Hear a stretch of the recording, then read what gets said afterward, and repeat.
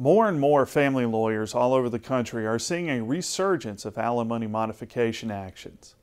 Is modification of alimony possible in Tennessee? It generally depends on the type of alimony originally awarded. Alimony in solito and transitional alimony are generally not modifiable. Periodic alimony, also called alimony in futuro, and rehabilitative alimony can be modified under certain circumstances. So, in general, 2 of the 4 types of alimony in Tennessee can be modified. The first way alimony can be modified is upon death or remarriage.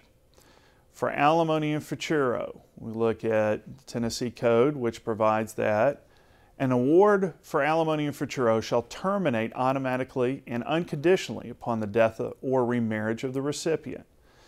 Now, we also have a requirement in the Tennessee Code that the recipient shall notify the obligor immediately upon the recipient's remarriage. Failure of the recipient to timely give notice of the remarriage shall allow the obligor to recover all amounts paid as alimony in futuro to the recipient after the recipient's remarriage. Alimony in futuro shall also terminate upon the death of the payor unless otherwise specifically stated. Now, moving to alimony in solito. Alimony in solito does not terminate upon the death or remarriage of the recipient or the payor. Now, compare that to rehabilitative alimony. Rehabilitative alimony terminates upon the death or the recipient of the payor unless otherwise specifically stated. Rehabilitative alimony also does not automatically terminate upon the remarriage or cohabitation of the recipient. Remarriage or cohabitation could, however, be found to be a substantial change of circumstances. What is meant by a substantial change of circumstance? We'll discuss that more in a few seconds. Talking next about transitional alimony, which is a very popular form of alimony. The Tennessee Code annotated provides that transitional alimony terminates upon the death of the recipient or upon the death of the payor unless otherwise stated in the divorce. Transitional alimony shall terminate upon the occurrence of other events, including but not limited to the remarriage of the party receiving the transitional alimony. Now, cohabitation is also another big issue, which depends also on the type of alimony originally awarded. For alimony in futuro, also called periodic alimony, and transitional alimony, they both have the same provisions regarding cohabitation. If the recipient lives with a third person, a rebuttable presumption is raised that the third person is contributing to the support of the alimony recipient, and the alimony recipient does not need the amount of support previously awarded, and the court should suspend all or part of the alimony obligation of the former spouse, or the third person is receiving support from the alimony recipient, and the alimony recipient does not need the amount of alimony previously awarded, and the court should suspend all or part of the alimony obligation of the former spouse. But this presumption is rebuttable, and certainly talk to a lawyer about how you can rebut that, because those exceptions are important. Now, alimony in solito does not terminate based on cohabitation. With respect to rehabilitative alimony, the statutes do not specifically address cohabitation relating to rehabilitative alimony, since rehabilitative alimony is modifiable in general. But I suspect that it's possible.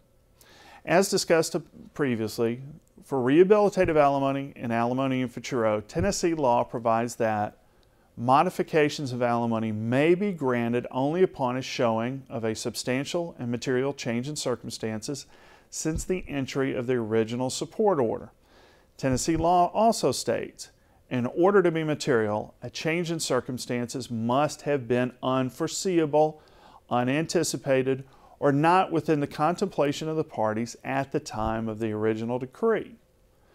To be considered substantial, the change must significantly affect either the obligor's ability to pay or the obligee's need for support. A large increase in income for the supporting spouse or the supported spouse are 2 more common changes of circumstances. Another change could be the supported spouse needing more support due to illness and or not being able to work. What's an example of something not being a change of circumstance?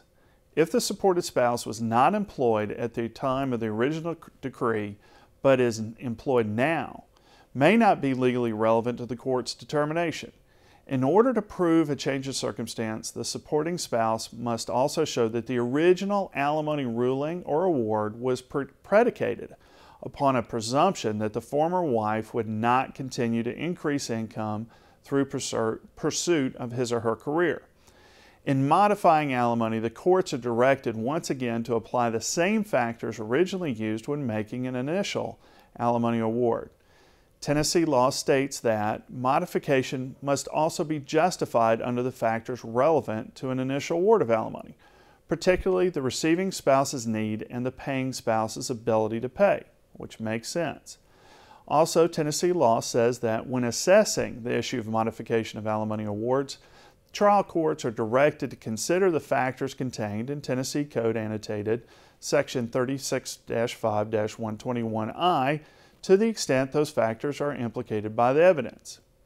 Alimony factors courts are to consider listed in 36-5-121, in short, include the relative earning capacity, obligations, need, and financial resources of each party, including income from pension, profit sharing, or retirement plans, and all other sources, the relative education and training of each party, the ability and opportunity of each party to secure such education and training, and the necessity of a party to secure further education and training to improve such party's earning capacity to a reasonable level, the duration of the marriage, the age and mental condition of each party, the physical condition of each party, including but not limited to physical disability or incapacity due to a chronic debilitating disease, the extent it would be undesirable for a party to seek employment outside the home because such party will be custodian of a minor child of the marriage.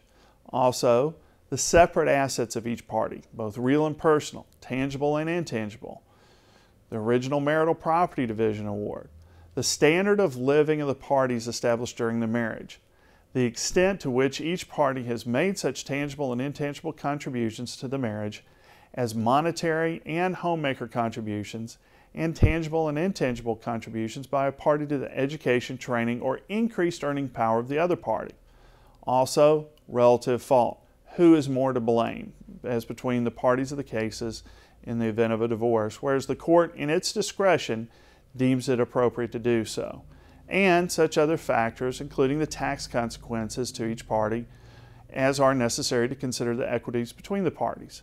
So basically everything. Tennessee's appellate courts often say that need and ability to pay are the two most basic and important factors. And even though fault is a factor of the original award, some courts will look to modify the award only upon changes in financial condition, discounting fault in many cases. But every case is different. The language used in settlements and court orders awarding alimony are all different. How those specific provisions read can make all the difference in your case. To speak with us about a consultation about alimony modification, please review our consultation and fees page on our website, memphisdivorce.com. Thank you.